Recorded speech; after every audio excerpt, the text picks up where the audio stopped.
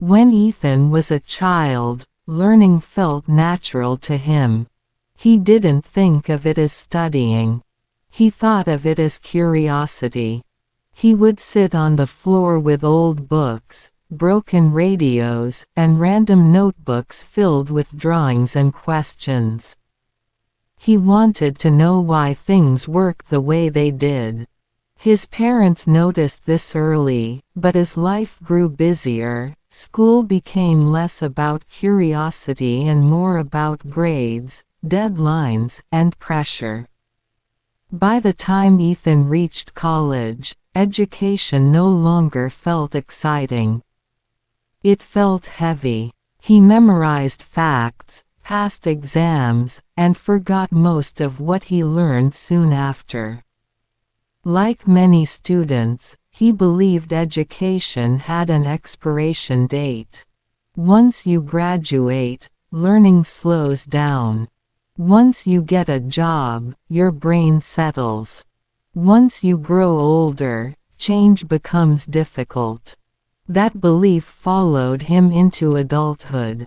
At 35, Ethan worked a stable job. The salary was fine, the routine predictable, but something inside him felt dull. Days blended into one another. Conversations felt repetitive. He often forgot simple things, names, appointments, ideas he once had but never wrote down. He laughed it off, saying, "I guess I'm getting old." One evening, while waiting for a delayed train, he noticed an elderly woman sitting across from him. She was reading a thick book, marking pages, smiling to herself. Curious, Ethan asked what she was reading. She looked up and said, "Neuroscience. I'm learning about how the brain changes with learning." Ethan was surprised. "That seems advanced." She smiled again. "The brain doesn't care about age. It cares about use." That sentence stayed with him. Over the next few weeks, Ethan began noticing something strange. The people who seemed most alive weren't the youngest ones. They were the ones still learning. A colleague who took online courses after work. A neighbor learning a new language at 50. A taxi driver listening to history podcasts during long shifts. Education, he realized, was not a phase of life. It was a lifestyle. He began small. Instead of scrolling on his phone before bed, he read 10 pages of a book.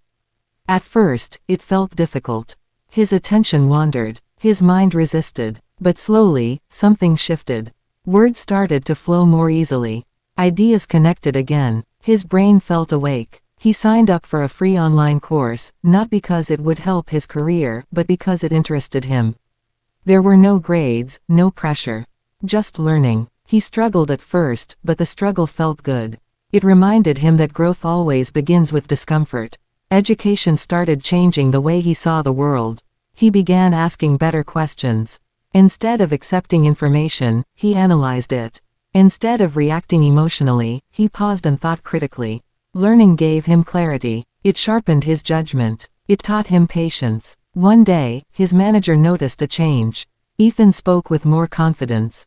He suggested creative solutions. He connected ideas across departments. When asked what had changed, Ethan simply said, "I started learning again." What Ethan discovered is something science has proven repeatedly: the brain is plastic.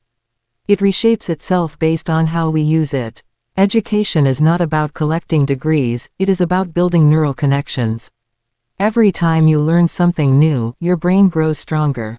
Every time you challenge your thinking, you protect your mind from decline. But education is not limited to classrooms. It is in conversations that challenge your beliefs. It is in books that introduce unfamiliar ideas. It is in skills that require practice and failure. It is in teaching others what you know. Teaching, Ethan learned, was one of the most powerful forms of learning. When he explained concepts to younger colleagues, he understood them more deeply himself. Education also taught him humility. The more he learned, the more he realized how much he didn't know. That realization didn't discourage him, it motivated him. Learning stopped being about proving intelligence and started being about expanding awareness. Ethan noticed changes beyond his career. His memory improved. His mood stabilized. He felt more confident making decisions. Education gave him a sense of control in a world full of uncertainty. While he couldn't control everything around him, he could control what he learned and how he grew. He also learned something important. Education doesn't mean consuming endless information. It means understanding, applying, and reflecting. In an age of constant content, real education requires focus. It requires choosing depth over noise. As months passed, learning became part of his identity. He no longer said, "I'm not good at this." He said, "I'm learning." That shift in language changed everything. It allowed space for mistakes. It allowed progress without perfection. One afternoon, Ethan visited his old school. He watched students rush through hallways, stressed about exams. He wanted to tell them something important: education is not a race. It is a relationship with your mind. Treat it well, and it will support you for life. He began volunteering as a mentor, not to teach subjects, but to teach learning itself.